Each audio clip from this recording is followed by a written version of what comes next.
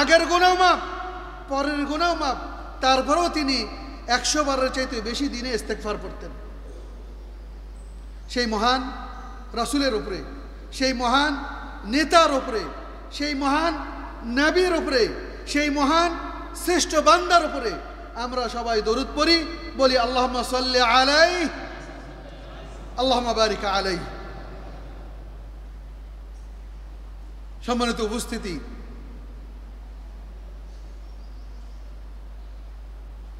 সেই তিস্তা ব্যারেজ বা তিস্তা বাঁধ এর সন্নিকটে এত সুন্দর, চোখ জোড়ানো,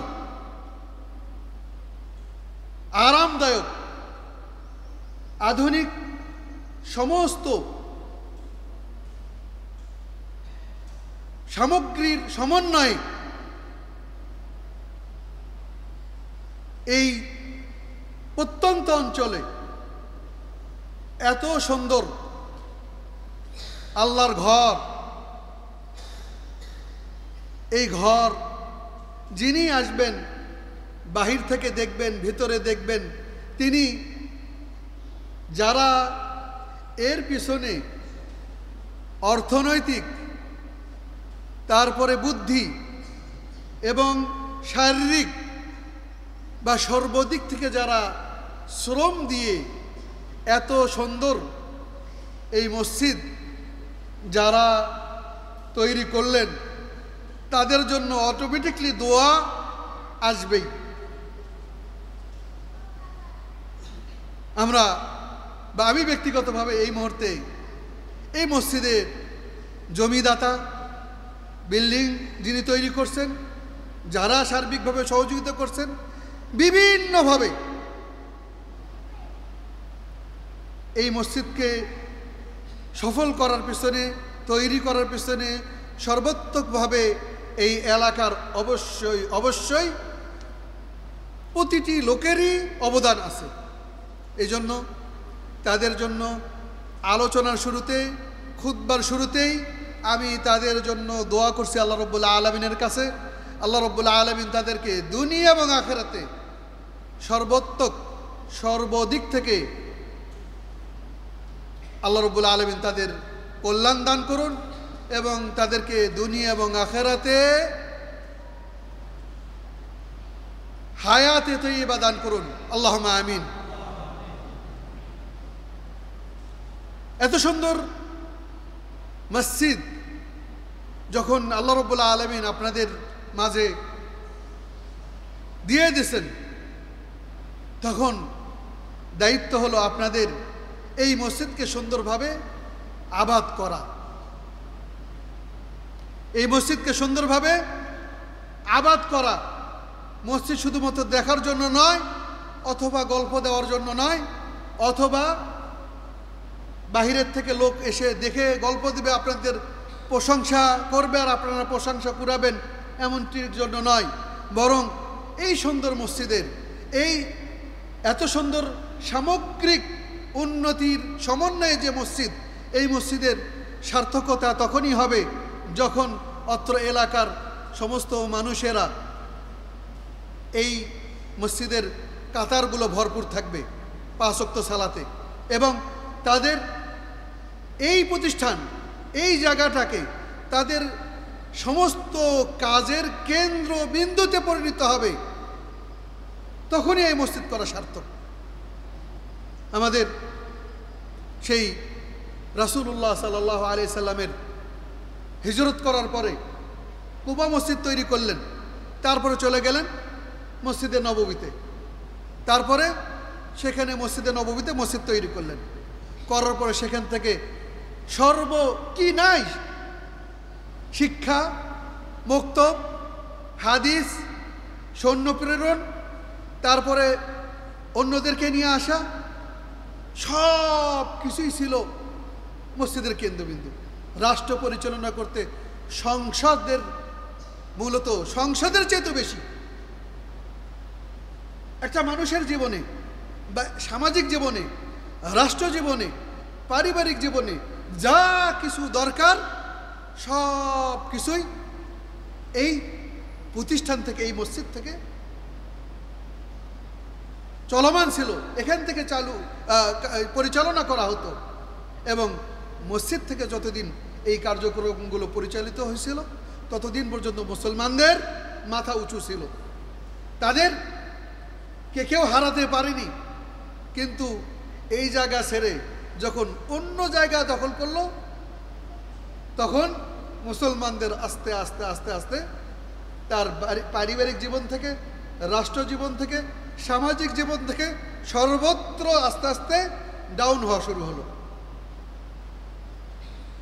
কারণ আল্লাহর ঘর বরকতপূর্ণ জায়গা, এবং এখানে যে ঢুকবে সেই সদিচ্ছাচারিতা, নিজের ইচ্ছা মতো যা ইচ্ছা তাই বলতেও পারবে না, করতেও পারবে না। কারণ সব কিছু করতে গেলে তার ব্রেনে এটা আসবে যে আমি মসজিদের আল্লাহর ঘরে দাঁড়িয়ে আছি, এখানে মিথ্যা কথা কি করে বলি। এখানে মানুষের ব্যাপারে কুচিন্তা বা কুমন্ত্রণা, অথবা মানুষের ব্যাপারে কোনো খারাপ ধারণা, অথবা মানুষের বিরুদ্ধে, আমারই আর এক ভাইয়ের বিরুদ্ধে কুচ্ছা রটনা অথবা মিথ্যা পরিকল্পনা কি করে নেই এখান থেকে।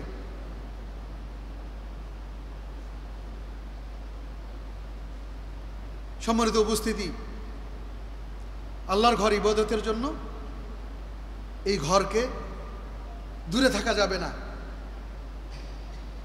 এবং এই ঘরেই আমাদের সর্বোত্তম কেন্দ্রবিন্দু হতে হবে। এখানেই বিচার ফয়সালা এখান থেকে হওয়া দরকার, বিচার ফয়সালা এখান থেকে হওয়া দরকার, সামাজিক রীতিনীতি সবগুলো এখান থেকেই ফয়সালা আসা দরকার। তাহলে সেগুলোর মধ্যে বরকত পাবেন। আর না হলে আস্তে আস্তে আমাদের মান মর্যাদা নিচের দিকে যাবে, এবং এটাকে আবাদ করার সবচেয়ে বড় মাধ্যম হলো আল্লাহ রাব্বুল আলামিনের বান্দা হয়ে যাওয়া। আল্লাহ রাব্বুল আলামিনের বান্দা কিভাবে হবেন? ফা'লাম আন্নাহু লা ইলাহা ইল্লাল্লাহ ওয়াস্তাগফির লিযামবিক। এলেম অর্জন করতে হবে, এলেম অর্জন করতে হবে। কোন ধরনের এলেম? সব ধরনের যে এলেমগুলো মানুষের উপকারে আসে এবং মানুষের জীবন বাঁচাতে সহযোগিতা করে, মানুষের পারিবারিক জীবন, রাষ্ট্রীয় জীবন পরিচালনা করতে সহযোগিতা করে, সব এলেমগুলোই উপকারী এলেম। এই ক্ষেত্রে ইঞ্জিনিয়ারিংও উপকারী এলেম হতে পারে, ডাক্তারিও উপকারী এলেম হতে পারে। কিন্তু এই এলেমগুলো তখনই উপকারী এলেম হবে যখন এটাকে পরিচালিত হবে ইসলামী এলেমের আলোকে। সৌদি আরবে আপনি যখন সানবিয়া বা সেকেন্ডারি পর্যায়ে পড়বেন, সেখানে 5 পারা মুখস্থ করতে হয়। তারপরে যখন আপনি অনার্সে পড়বেন তখন আপনাকে 10 পারা মুখস্থ করতে হয়। এরপরে মাস্টার্স পরীক্ষা যখন দেবেন তখন 10 পারা মুখস্থ দিতে হয়। এখন ইঞ্জিনিয়ারিং হোক, ডাক্তারি হোক, আর শরঈ সাবজেক্ট হোক, পিএইচডি হতে গেলেও একই অবস্থা, তাদেরকে 10 পারা কোরআন মুখস্থ দিতে হয়। ফলে যে কোনো লোকই তাকে খুতবায় দাঁড়ায় দেন, সে সুন্দরভাবে খুতবা দিচ্ছে। যে কোনো লোক সালাতের সামনে দাঁড় করে দেন, সে সুন্দরভাবে সালাত আদায় করতেছে, ওয়াল স্কয়ার হয়ে গড়ে উঠতেছে, ওয়াল স্কয়ার হয়ে সে গড়ে উঠতেছে। আমাদেরকেও আমাদের সন্তানদেরকে ডাক্তারি বিদ্যা শিখাতে, ইঞ্জিনিয়ারিং বিদ্যা শিখাতে, কম্পিউটার সায়েন্স আরও যেগুলো আছে সেগুলো শিখাতে কোনো বাধা নেই। তবে সেইগুলো যেন হয় ইসলামী আলোকে, ইসলামের আলোকে। এদেশের বিজ্ঞজন ব্যক্তিদেরকে জিজ্ঞেস করা হয়েছিল এক সময়, যে যারা এক সময় আপনারা বলেন যে বিলাত ফেরত, অর্থাৎ লন্ডনে বা ব্রিটিশে লেখাপড়া করতে যাওয়া হতো এই দেশ থেকে, তো এইরকম কিছু লোকেরা সেই দেশে লেখাপড়া করে আসার পরে দেখা গেল যে দুই শ্রেণীর লোক, বিশেষ করে এদেশের সর্বোচ্চ শিক্ষা বিদ্যাপীঠ ঢাকা বিশ্ববিদ্যালয়, জেনারেল শিক্ষার জন্য, স্বাভাবিক শিক্ষার জন্য, দুনিয়াবী শিক্ষার জন্য। তো সেখানে গবেষণা করে অনেকেই দেখলেন যে কেউ কেউ ওই দেশে যাওয়ার আগে যে রকম ধার্মিক ছিল, ফিরে আসার পরে তার চেয়ে আরো বেশি ধার্মিক। আবার কেউ কেউ ওই দেশে যাওয়ার আগে ধার্মিক ছিল না, ওখান থেকে ফিরে এসে আরো উলঙ্গ অবস্থায় ফিরে আসছে। ঘটনা কি? তো সেই সময় জাতীয় অধ্যাপক সৈয়দ আলী আশরাফ সহ আরো কয়েকজন ব্যক্তিদেরকে জিজ্ঞাসা করা হয়েছিল যে এটার ঘটনা কি। আপনারা অনেকেই ওই দেশে যে শিক্ষা নিলেন, আপনারা এই দেশে ধর্মীয় অনুশাসন মেনে চলতেন এবং ওই দেশ থেকে ফিরে এসে আরো ধর্মীয় অনুশাসনটাকে আরো বাড়াই দিলেন, আরো বেশি বেশি করে আমল করতেছেন। অন্যদিকে অমুক অমুক ব্যক্তিরা তারা যাওয়ার আগে সালাত আদায় করতো না বা খুব বেশি ধর্মকর্ম পালন করতো না এবং ফিরে আসছে নাস্তিক হয়ে, ফুল নাস্তিক হয়ে। কি ঘটনা? তো সেখানে অনেকেই উত্তর এরকমই দিছিলেন, তারা সবাই একমত ছিলেন এই ব্যাপারে যে আসলে আমরা যখন ওই দেশে যাই তার আগেই আমাদের পরিবারে ছোটবেলা থেকেই নামাজ ছেড়ে দিলে কাফের, এটা আমাদেরকে শিক্ষা দেওয়া হয়েছে। কোনো ব্যক্তি যদি সালাত ছেড়ে দেয়, এক ওয়াক্ত সালাতও যদি ইচ্ছা করে ছেড়ে দেয়, রাসূলের হাদিসে আসছে সে কাফের। এমনকি তার কেউ কেউ আরো মারাত্মকভাবে বলছেন যে তার জানাজা পড়া যাবে না, তার সাথে বিবাহে বন্ধনে আবদ্ধ হওয়া যাবে না। এমনকি শেখ সালেহ হোসেন রাহিমাহুল্লাহ বলতেছেন, স্বামী যদি সালাত পড়ে, স্ত্রী যদি সালাত না পড়ে, অথবা ঠিক যদি এর উল্টো হয়, তাহলে উভয়ের মধ্যে অটোমেটিক তালাক হয়ে যাবে। চিন্তা করেন কত বড় কথা। তো বলতেছেন যে এই শিক্ষাগুলো রবের পরিচয়, এইগুলো সবগুলো আমাদের বাবা মারা আমাদেরকে ছোটবেলা থেকেই শিক্ষা দিচ্ছে এবং সেগুলো আমাদেরকে কন্ট্রোল করছে বাবা মায়েরা। যদি আমি 10 বছর পরে সালাত আদায় না করছি, তাহলে হাদিসের আলোকে আমার বাবা আমাকে ধরে মার দিছে, আমার মা আমাকে খেয়াল রাখছে। যদি না সালাত আদায় করছি, মা আরো বেশি শাসন করছে এবং খাবার বন্ধ করে দেওয়া হয়েছে। এবং সূরা কিরাত প্রতিদিন যদি কোরআন তেলাওয়াত না করছি, তাহলে দেখা গেছে যে আমাদের কঠোরভাবে, মা তো একটু দয়ালু হয়, মাই আরো বেশি ভূমিকা রাখছে, মাই সবচেয়ে বড় দারোগার ভূমিকা রাখছে, সেই খাবার বন্ধ করে দিছে। বাবা একটু শীতল মানে একটু নরম হতে গেলেও মা হতে দেয়নি। ফলে আমার রব এবং আমার কি করণীয় সেগুলো আমি আমার পরিবার থেকেই প্রাথমিক যে বিষয়গুলো সেগুলো শিখে গেছি। এই জন্য ওই দেশে যে আমাদের টিচাররা যখন ক্লাসে বসে আমাদের দাড়ি টুপি দেখে যখন ধর্মীয় ব্যাপারে আঘাত হানার চেষ্টা করতো, তখন আমরা তাদেরকে তাদের ধর্মের ভুল দিকগুলো যখন সবার সামনে রিপিট করা শুরু করছি, প্রতিবাদ করা শুরু করছি, তখন সেই শিক্ষকরা মুখে তালার আগে বের হয়ে চলে গেছে। আর দ্বিতীয় দিন আমাকে দেখার পরে আর কোনোদিন ক্লাসে আর আমার ধর্মের বিরুদ্ধে কোনো কুৎসা রটনা, মিথ্যা অপবাদ দেওয়ার কোনো চেষ্টা সে আর করার সাহস পায়নি। অন্যদিকে এদেশেই যারা ধর্মকর্ম মানে না, চেনে না, বাবা মাও বোঝে না, তারা যখন ওই দেশে গেছে, এই দেশেই অর্ধেক নাস্তিক। তারপরে যখন বিলাতে লেখাপড়া করতে গেছে, ব্রিটেনে লেখাপড়া করতে গেছে, সেখানে শিক্ষকরা যখন বিভিন্ন রকম সন্দেহ সংশয় তার মনের ভিতরে ঢুকে দিছে, ছাত্রদের সামনে ঢুকে দিছে, তখন সে সেটাকে ফেরত দিতে না পেরে সে তার ধর্মকে দুর্বল মনে করে, তার ধর্মকে এ যুগে অচল মনে করে সে আরো উল্টা নাস্তিক হয়ে দেশে ফিরে আসছে। তাহলে কি দাঁড়ালো এটাই যে যে কোনো শিক্ষায় আপনি শিক্ষা করতে পারেন, বৈধ শিক্ষা, এবং সেটা মানুষের জন্য উপকার হতে পারে। অনেক ক্ষেত্রে ডাক্তারি বিদ্যা, ইঞ্জিনিয়ারিং বিদ্যা, কম্পিউটার সায়েন্স অনেক ক্ষেত্রে এলেম শরিয়া এলমের চেয়ে বড় হতে পারে, পরিস্থিতি ভেদে গুরুত্বপূর্ণ হতে পারে, গুরুত্বপূর্ণ ভূমিকা রাখতে পারে। একজন ডাক্তার সে যদি তাকে বলে চিকিৎসার সাথে সাথে ঔষধের সাথে সাথে যদি বলে যে বাবা যে 5 ওয়াক্ত সালাত আদায় করবেন, তাহলে অনেক সময় অন্য বড় আলেমের চাইতে তার এই কথাটা আরো বড় বেশি প্রভাব ফেলবে তার জীবনে। এই জন্য অনেক সময় ইঞ্জিনিয়ার, ডাক্তার অথবা কম্পিউটার সায়েন্সের এই বিজ্ঞানগুলো, এই জ্ঞানগুলো উপকারী হতে পারে, আলেমের চাইতে বড় ভূমিকা রাখতে পারে।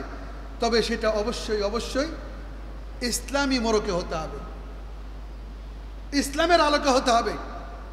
এই জন্য যেটা করা দরকার, আমাদের সন্তানদেরকে ইসলামী শিক্ষায় শিক্ষিত করতে হবে। আগে রবকে চিনাতে হবে, মাবুদকে চিনাতে হবে, শিরককে জানাতে হবে, বিদাত কি, এর ভয়াবহতা কি সেটা তাকে জানাতে হবে, তাওহীদ কি এটা তাকে জানাতে হবে, আল্লাহ রাব্বুল আলামিন কোথায় আছে এটা তাকে জানাতে হবে, তাবিজ কেন শিরক, তাবিজ কেন পড়া যাবে না, এগুলো তাকে শিক্ষা দিতে হবে।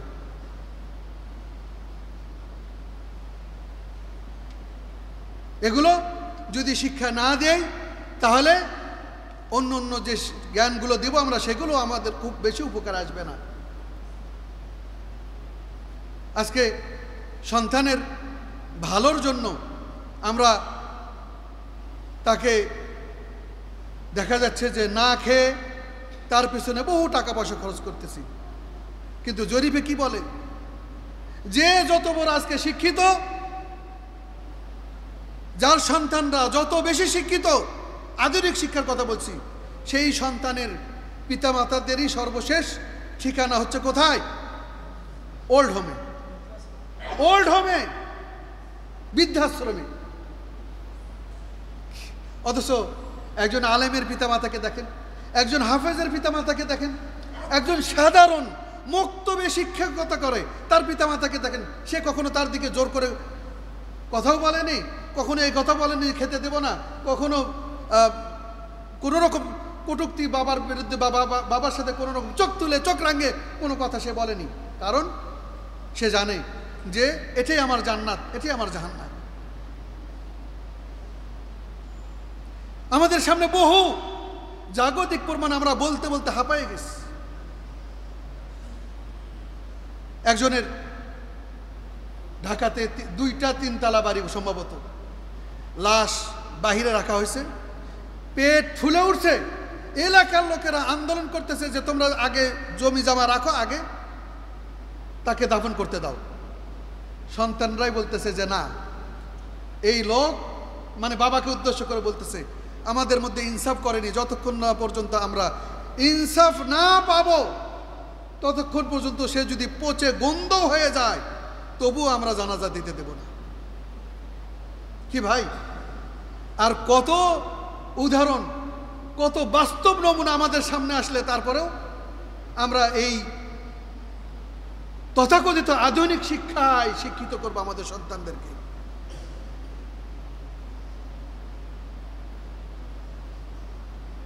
এই জন্য হুঁশ হওয়া দরকার, হুঁশ ফিরে আসা দরকার।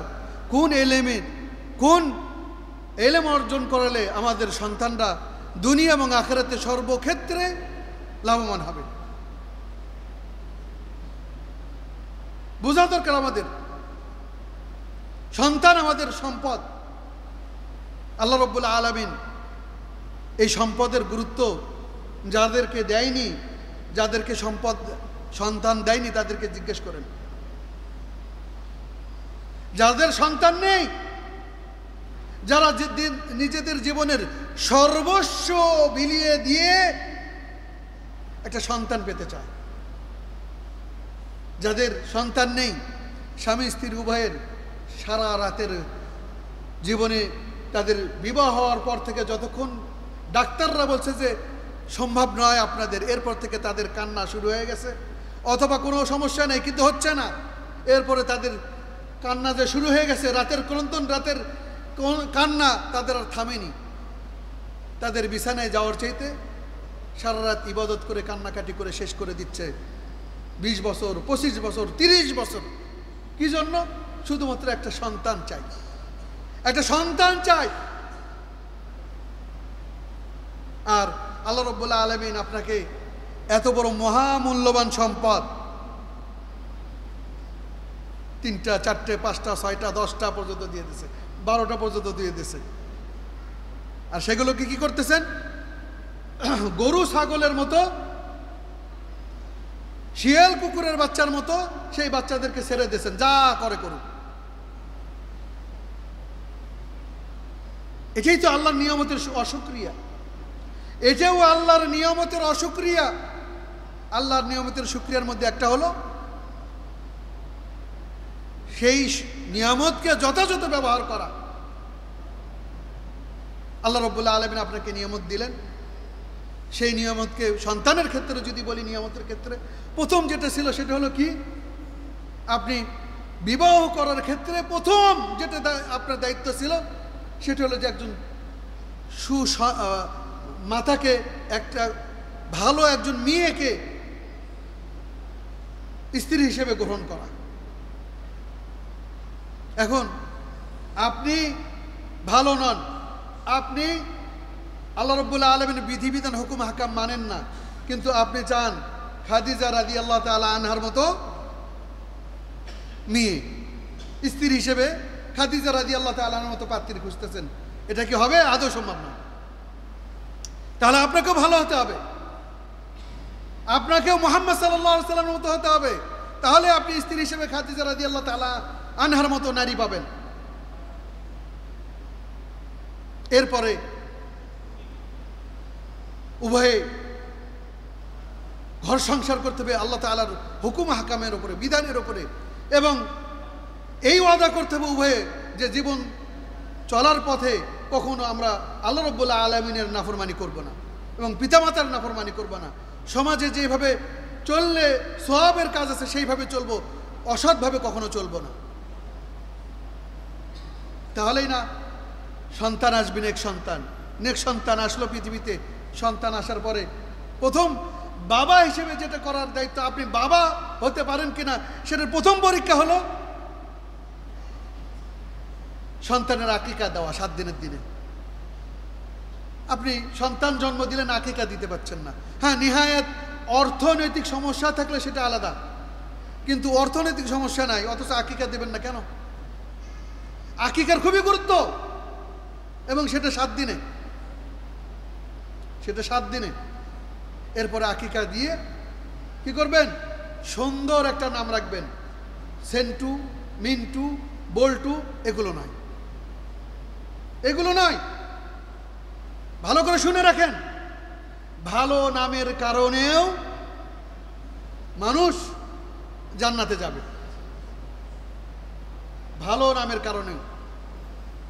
এই জন্য ওই কোরআনে পাইছে আর রহমান আল্লামাল কোরআন, তো বারবার তুকাদ্দিবান আসছে, বারবার তুকাদ্দিবান আসছে। তো নাম রাখে দিয়েছে মেয়ের তুকাদ্দিবান, মেয়ের নাম রাখে দিয়েছে কি? তুকাদ্দিবান। তো জিজ্ঞেস করছে যে কি ব্যাপার, তুকাদ্দিবান নাম কই থেকে পাইলেন আর কই থেকে রাখলেন? তো কেন কোরআনে আছে, সূরা রহমানে আছে। অর্থ দেখেনি সে।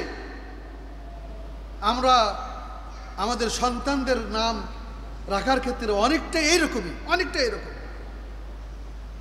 অথচ সন্তান অধিকার রাখে বা আপনি পিতা হওয়ার যোগ্যতা রাখেন কিনা তার পরিচয়ের, তার মধ্যে একটা বিশেষ দক্ষতা হলো, বিশেষ পরীক্ষায় পাশ করা হলো, সেটা হলো যে আপনি আপনার সন্তানের নামটা সুন্দর রাখলেন কিনা।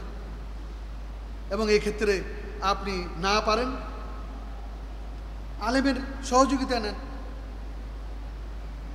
আলেমের সহযোগিতা নেন। নিজে নিজেই সিরিয়ালে দেখছে এই নামটা ভালো, স্ত্রী স্বামীকে বলতেছে, আর স্বামী সেটাতে রাজি হয়ে সেই নামই রেখে দিচ্ছে।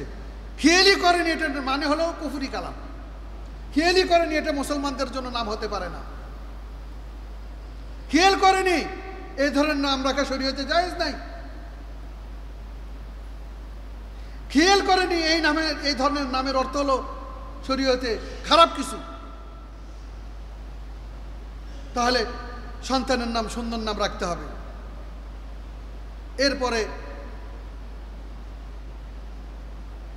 সন্তানকে সুন্দরভাবে লালন পালন করতে হবে। তার কাছে সামনে এমন কিছু করা যাবে না যেটার দ্বারা সে অন ইসলামিক বিষয় দ্বারা প্রভাবিত হয়।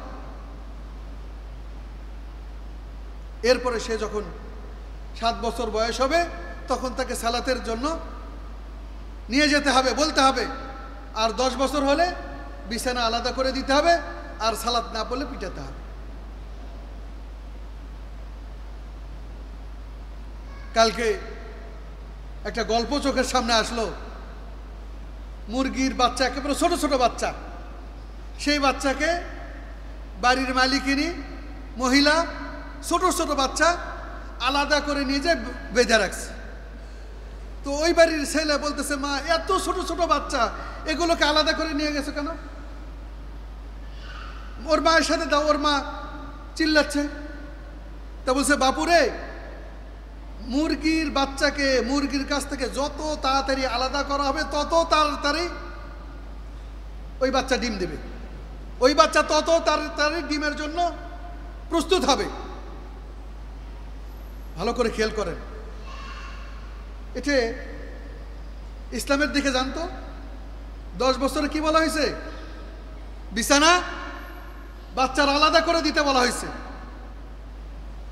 10 বছরে বাচ্চার বিছানা আলাদা করে দিতে বলা হয়েছে। কারণ কি? কারণ হলো যতদিন পর্যন্ত বাবা মার অধীনে থাকবে, বাবা মার কাছাকাছি থাকবে, ততদিন পর্যন্ত সে নিজের দায়িত্ব নেওয়া শিখবে না, দায়িত্ব জ্ঞান শিখবে না। এই জন্য অমুসলিম দেশগুলোতে 17-18 বছর হলে তাকে বাড়ি থেকে বের করে দেওয়া হয়, বলে যে বাড়িতে থাকবা, আমার বাড়িতেও যদি থাকো তাহলে বাড়ি ভাড়া দিয়ে থাকতে হবে, নাহলে তুমি অন্য কোথাও বাসা ভাড়া নিয়ে থাকো, কাজ করো, তুমি তোমার নিজের খরচ তুমি চালাও। এই জন্য তাদের মধ্যে দায়িত্বশীল পুরুষ গড়ে ওঠে, দায়িত্বশীল নারী গড়ে ওঠে। অন্যদিকে আমরা 20 বছর হওয়ার পরেও তাকে এমনভাবে আদরে যত্ন করে করি, দেখা যায় যে সে খুব সহজে অন্যায় করার পরও মা সেটাকে ঢাকার চেষ্টা করে। অথবা 20 বছর হওয়ার পরেও যে ভালো শক্তিশালী সাহসী কোনো পদক্ষেপ নেমে কাজ করবে সে নিতে পারে না। আসলে আমরাই তাকে দুর্বল বানিয়ে ফেলছি। তাহলে কি করা দরকার? সন্তানকে বিছানা আলাদা করে দিয়ে আস্তে আস্তে তাকে ইসলামের জন্য সেই 7 বছরের আগে থেকে যেভাবে আল্লাহ রাব্বুল আলামিন যখন বুঝ হলো তখন আল্লাহ রাব্বুল আলামিনের পরিচয় তার সামনে তুলে ধরা, রবকে, আমার দিন কি, তারপরে এই সংক্রান্ত যা আছে নবীকে, এই ধরনের বিষয়গুলো তার সামনে তুলে ধরা। আর এগুলো না তুলে ধরলে এক সময় সে কবরের বিষয় তো আছেই, দুনিয়াতেও সে দেখা যাবে যে নাস্তিক হয়ে গড়ে উঠবে, নাস্তিক হয়ে গড়ে উঠবে এবং আপনাকে সে জীবনে টানতে টানতে ওই বৃদ্ধাশ্রমে নিয়ে যাবে।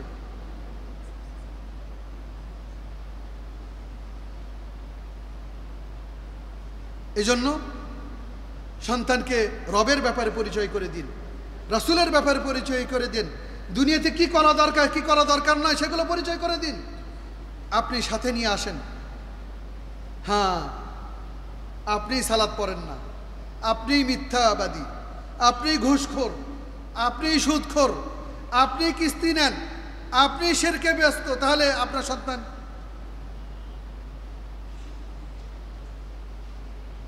সৌদি আরবের একটা হসপিটালে ছেলে বাবার সাথে যাওয়ার পরে হসপিটালে দেখতেছে বিড়ি বা সিগারেট ক্রস দেওয়া, লাল কালি দিয়ে সিগারেটের ছবিতে ক্রস দেওয়া।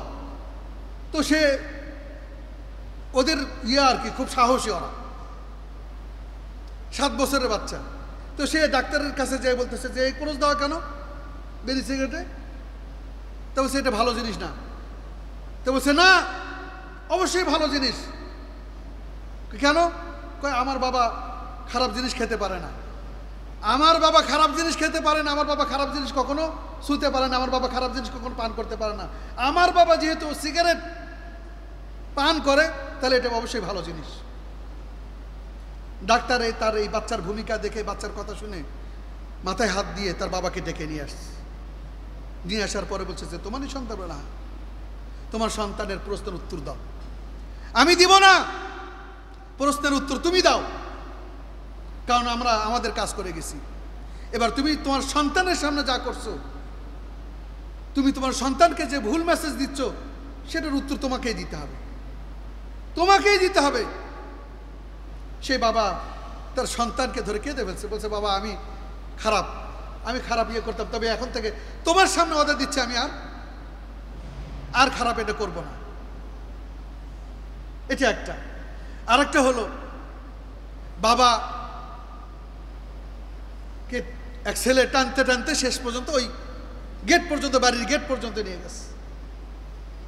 তো বাবা বলতেছে বাবারে এর চাইতে বেশি করিস না, আমি তোর দাদাকে এই পর্যন্তই নিয়ে আসছিলাম, এর চাইতে যদি তুই বিন্দু মাত্র করিস তাহলে তোর ছেলে তোকে এই কাণ্ড ঘটাবে।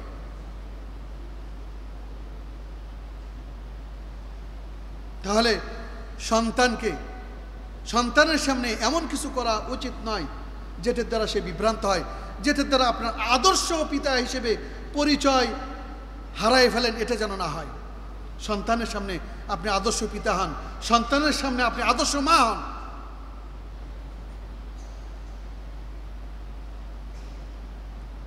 গবেষণায় বলে পুরুষ বা ছেলে সন্তান মায়ের জন্য বেশি ভালোবাসা রাখে ভেতরে, কিন্তু আদর্শ হিসেবে নেয় বাবাকে। মেয়ে সন্তান, কন্যা সন্তান মহাব্বত রাখে বেশি বাবার জন্য, কিন্তু আদর্শ হিসেবে পথ চলার জন্য কথাবার্তার ঢং ভঙ্গিমা যা কিছু আছে সেগুলো গ্রহণ করে কারটা? মায়েরটা। সুতরাং আদর্শ মা, আদর্শ বাবা হলেই আমাদের সন্তানরা আদর্শ হয়ে গড়ে উঠবে। এবং সেই সাথে শিক্ষা, দ্বীনি শিক্ষার কোনো বিকল্প নেই।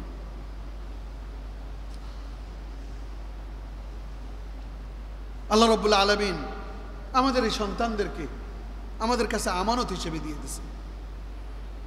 এই সন্তানদেরকে যথাযথ আমানতের দায়িত্ব, আমানত হিসেবে যা করা দরকার সেইভাবে লালন পালন করে দুনিয়া এবং আখিরাতে আমাদেরকে সবাইকে সফল হওয়ার তৌফিক দান করুন।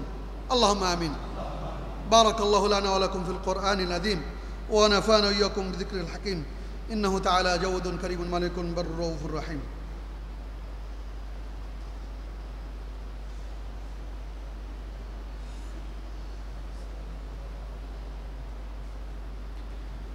إن الحمد لله وحده والصلاة والسلام على رسول الله وعلى آله وصحبه أجمعين أما بعد।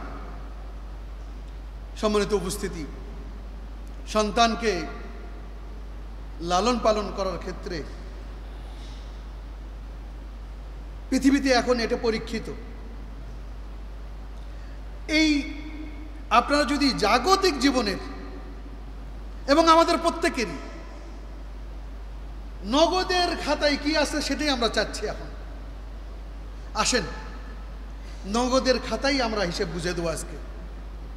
সেটা হলো, আমি এই সালাতের আগে ছাত্রদের পরীক্ষা, সেখানে আলোচনা, পরীক্ষার রেজাল্ট দেওয়া হচ্ছিল এই এখানকার প্রতিষ্ঠানের, সেখানে আলোচনা করতেছিলাম। ওই কথাটা আবার রিপিট করি আপনাদের সবার জন্য, সেটা হলো আজকাল আলহামদুলিল্লাহ অনেকেই দ্বীনি শিক্ষাকে ক্ষতি করতে যেয়ে এবং এক পাশে করতে যেয়ে এবং এরা যেন রাষ্ট্রের কোনো কাজে সুযোগ না পায় এই জন্য তাদেরকে আলাদা করে রাখার চেষ্টা করতে যেয়ে এখন তারাই বিপদে পড়ে গেছে। আমি ঢাকাতে একজন সাইকিস্ট, মনোবিজ্ঞানী ডাক্তার, সে আমার সাথে প্রথম দিকে বিভিন্ন বিষয়ে আলোচনা করত। ও উদ্দেশ্য ছিল সে এই ধরনের বাচ্চারা যখন আসে তাদেরকে হ্যান্ডেল করার জন্য আমার কাছ থেকে বিভিন্ন কিছু শেখার চেষ্টা করতো কৌশলে। 3-4টে সেটিং দেওয়ার পরে তার সাথে পঞ্চম সেটিংয়ে সে আমাদের শিক্ষা পদ্ধতিতে যে আগডুম বাগডুম সহ আরও যা কিছু আছে সেইগুলো থাকার কারণে পরবর্তীতে সে হঠাৎ করেই একেবারে বোরকাও পরে না, সে মাথায়ও খুব কাপড় দেয় না, এরকম মহিলা। সে আমাকে বলল যে শেখ, আমি আমার ইতিপূর্বের ভুলের জন্য বা আপনার সাথে বেয়াদবির জন্য আমি দুঃখ প্রকাশ করতেছি, এবং এখন আমার কাছে বাচ্চাদের কোনো ব্যাপার আসলে আমি এখন থেকে বলি যে আসলে যদি বাচ্চাকে সুশিক্ষিত করে গড়ে তুলতে হয় তাহলে মাদ্রাসায় দিয়ে দেন। এই মহিলা ঢাকা বিশ্ববিদ্যালয় থেকে সাইকোলজি ডিপার্টমেন্ট থেকে লেখাপড়া করা, এবং মানসিক কোনো সমস্যা বিভিন্ন রকম দেখলে তাকে সে সাজেস্ট করে। এই মহিলা বলতেছে যে আমি এখন বুঝতে পারতেছি যে আমাদের যে শিক্ষা ব্যবস্থা সেগুলো শেষ, নাই কিচ্ছু এখানে আর। মূলত শিক্ষা এখন আছে আপনাদের মাদ্রাসাগুলোতে। সুতরাং আমি আমার এই ধরনের রোগীরা যখন আসে তখন আমি তাদেরকে বলি যে আপনারা আপনাদের মাদ্রাসায় দেন। এবং বলতেছে যে আপনি কতগুলো মাদ্রাসার কথা বলছিলেন, সেই মাদ্রাসাগুলোই আমিও মনে রেখে সেগুলোকে লিখে রাখছি, সেগুলোতে সাজেস্ট করি। তো আমি বললাম যে কেন এরকম মনে হলো আপনার? তো বলছে যে এটা মনে হওয়ার কারণ হলো যে আপনার প্রতিষ্ঠানে আরবি তো আছেই, কোরআন তো আমি যেই রকমই হই না কেন, কোরআন যে আমাকে সুস্থতা দান করবে এবং কোরআন যে সঠিকভাবে নিয়ে যাবে, জীবনটাকে পরিপূর্ণ করবে, শান্তি দায় করবে, এটার বলার অপেক্ষা রাখে না, এটা পরীক্ষিত। সে বলতেছে অন্যদিকে আপনার প্রতিষ্ঠানে জেনারেল শিক্ষার যে সাবজেক্টগুলো, ইংলিশও আছে, আবার বাংলাও আছে, বিজ্ঞানও আছে, অঙ্কও আছে, কি নাই? আবার আপনাদের মতো ব্যক্তিরা যেখানে কোনো প্রতিষ্ঠানে বলতেছে যে খুব কওমি বা বেসরকারি প্রতিষ্ঠানে ডক্টরের অধীনে বিদেশ থেকে ডক্টর পড়ে আসে, আমার কথা না, এরকম অনেক প্রতিষ্ঠানে আছে, বলতেছে এই ধরনের প্রতিষ্ঠানগুলোতে তারা মদিনা থেকে পড়ে আসে বা অন্য বিদেশ থেকে ইসলামী বিষয়ে স্কলার হয়ে এসে এই ধরনের প্রতিষ্ঠানগুলো দায়িত্ব নিয়ে লেখাপড়া করায়, এই বিভিন্ন জায়গায় যায় এবং সাজেস্ট করে আসে, এরকম আমাদের জেনারেল শিক্ষিতর মধ্যে নাই। এবং বলতেছে যে বেশ কিছু জটিল প্রশ্ন আপনাকে আমি আমার গত 4টে সেটিংয়ে আমি আপনার সাথে জটিল কিছু প্রশ্ন আপনাকে করছিলাম, কিন্তু আপনি সেই জটিল প্রশ্ন এমনভাবে উত্তর দিয়েছেন যে যেগুলো উত্তর আমার কাছে এতটাই ভালো লাগছে যে মনে হয়েছে যে এটাই পারফেক্ট। এবং এটা কি কারণে হয়েছে? এটা আপনার ভিতরে যে দিনের জ্ঞান আছে সেই কারণে। সুতরাং আপনারা যারা দায়িত্বে আছেন দিনই জ্ঞান শিক্ষা দেওয়ার জন্য, আমাদের বাচ্চারা পারফেক্ট জ্ঞানই পাবে দুনিয়া এবং আখিরাতে, দুই জীবনের জন্যই। সুতরাং আমি আমার রুগীদেরকে, আমার বাচ্চাদেরকে কেন মাদ্রাসায় ভর্তি করাবো না? সে বলতেছে কথা কি ভাই, দুনিয়ার কল্যাণ চান, দুনিয়াতে কল্যাণ চান, তাহলে মাদ্রাসায় পড়ান। আখিরাতের কল্যাণ চান, তাহলে মাদ্রাসায় পড়ান। কোন দিকে যাবেন, কোন হিসাবে আপনি আগাবেন? আপনি সম্মান চান দুনিয়াতে, তাহলে মাদ্রাসায় পড়ান। বৃদ্ধাশ্রমে যাবেন না, তাহলে মাদ্রাসায় পড়ান। সন্তান বয়স হয়ে গেলেও আপনার দিকে চোখ তুলে কখনো তাকাবে না, কথা বলবে না, আপনার মতের বিরুদ্ধে যাবে না, তাহলে কি করেন? সন্তানকে মাদ্রাসায় পড়ান। আপনার কন্যা অন্যদিকে অন্য পুরুষের সাথে রাত জেগে অনেক কিছু করবে না, নেক সন্তান হিসেবে কন্যা আপনার ঘরে থাকবে, তাহলে কি করেন? দ্বীনি শিক্ষা দেন। মোট কথা সার্বিক কল্যাণ আছে এই শিক্ষার মধ্যে। যদি আমি এই জায়গায় দাঁড়িয়েই বলি যে একজন স্কুলের ছাত্রের জন্য শুধুমাত্র স্কুল লাইনেই, এছাড়া আর কোনো ক্ষেত্রে তার চাকরি করার সুযোগ নেই। কিন্তু একজন মাদ্রাসার ছাত্র সে যদি আমাদের এই শিক্ষার সাথে সাথে আহলুল হাদিসের যে শিক্ষা প্রতিষ্ঠানগুলো সবগুলোতেই কওমি মাদ্রাসার সাথে সাথে একদিকে যেমন বাংলা ইংরেজি পড়ানো হচ্ছে, আবার এই প্রতিষ্ঠান থেকে মদিনা সহ সৌদি আরবের বিভিন্ন বিশ্ববিদ্যালয় সহ আরব কান্ট্রির বিভিন্ন বিশ্ববিদ্যালয় সহ পৃথিবীর বিভিন্ন ইসলামী বিশ্ববিদ্যালয়গুলোতে ইসলামী সাবজেক্টে এমনকি অন্যান্য জেনারেল সাবজেক্টে যাওয়ার সুযোগ হচ্ছে। আবার সাথে সাথে সে যদি জেনারেল সাবজেক্টে পরীক্ষা দেয় তাহলে দেখা যাচ্ছে যে অন্যদের তুলনায় সবসময় আগে আসে।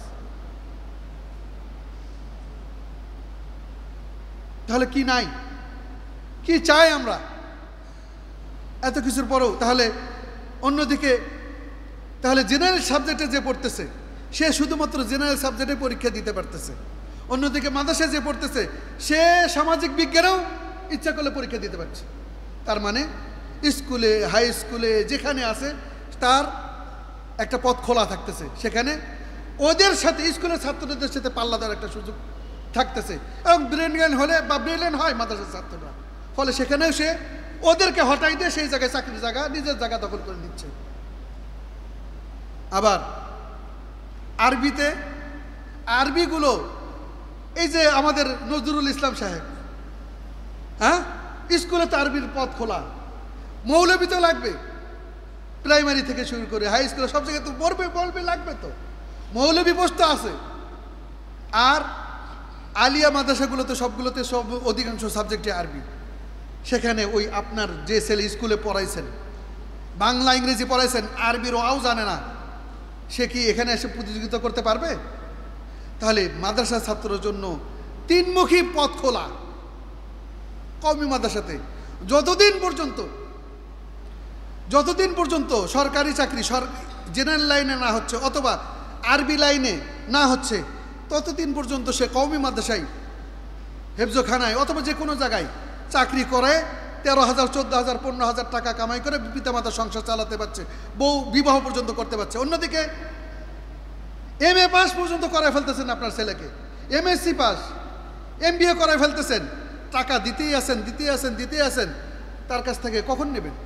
সে তারপরেও আবার পরীক্ষা, আবার যদি কোনো রকমভাবে কোথাও চাকরি পায় তাহলে সেখানেও টাকা ঘুষ দিতে হচ্ছে।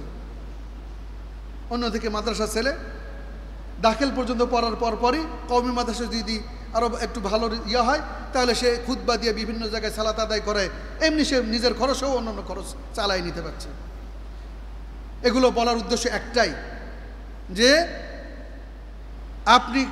আপনি জাগতিক জীবনের বিশ্বাসী, তো আপনাকে জাগতিক জীবনের হিসাব দিয়ে গেলাম, আর আখিরাতের হিসাব আপনার উপরেই বাকি রাখলাম। এবার আখিরাতের হিসাব আপনি করবেন, এরপরে সিদ্ধান্ত নেবেন। এবং এই ধরনের সেই যে কথা দিয়ে শুরু করছিলাম সেই কথাই পৌঁছে এই ধরনের প্রতিষ্ঠানগুলো যখন আমরা এর আশেপাশে ধর্মীয় প্রতিষ্ঠানে ভরপুর করব তখন এখানকার আবাদের জন্য লোকের অভাব হবে না। চাঁপাইনবাবগঞ্জ, চরবাগডাঙ্গা অথবা দেবীনগর, সাইকেল দেখি 1200 সাইকেল মাদ্রাসার ভিতরে। ব্যাপার কি? বললাম যে মাদ্রাসার ভিতরে সাইকেলের বাজার কেন? তো হাসিয়াতে বলতেছে না, এটা বাজার নয়, বলতেছে যে ছুটি হয়ে গেলে বাচ্চারা চলে যায় লজিং খাইতে। চিন্তা করেন, 1200 ছাত্র মাদ্রাসায় পড়ে, 1200 ছাত্র ওই এলাকার লোকেরা লজিং রাখছে। চিন্তা করেন কি সুন্দর একটা দৃশ্য, কি কারণে? সওয়াবের আশায়। এই জন্য এই ধরনের প্রতিষ্ঠান যখন আসে, এর আশেপাশে আরও যে প্রতিষ্ঠানগুলো ধর্মীয় প্রতিষ্ঠানগুলো আসবে সেইগুলোকে আপনাদের সময় করে শ্রম দিতে হবে। প্রিয় ভাই, এই ধরনের প্রতিষ্ঠানগুলো আপনার দোরগোড়ায় আসা মানে আপনাকে জান্নাতের পথে সুগম করে দেওয়া। আল্লাহ রাব্বুল আলামিন আপনার দিকে আগায় আসছে, আপনার শুধুমাত্র একটু সচেষ্ট হওয়া।